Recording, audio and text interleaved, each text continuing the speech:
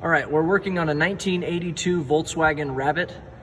It had a rear main seal leak, so we've removed the transmission and we removed the rear main seal off of the crankshaft flange right here. We were getting ready to put the new seal on, but we noticed there's a groove right here that you can see on the flange. That is right where the lip of the rear main seal is going to ride.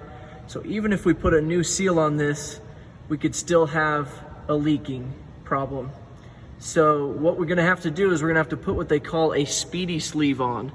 So what it is just a really, really thin piece of metal that gives a new surface to this for the new rear main seal. You have to be very careful when you're installing these, because if you hit it wrong, it's gonna bend this and it's not exactly a cheap piece.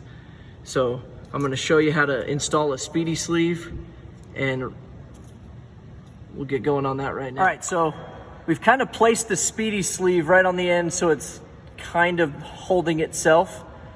In the box with the Speedy sleeve, it comes with this piece, and this is what we're going to use to actually drive that on without ruining it. Kind of work your way around.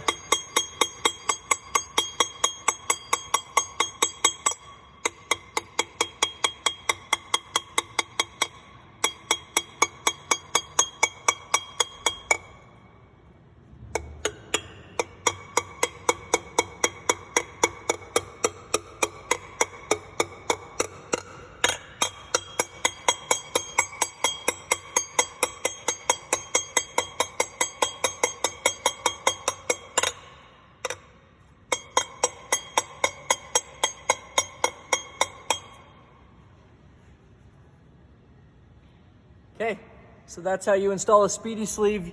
You can see that now we have this nice clean new surface for that rear main seal.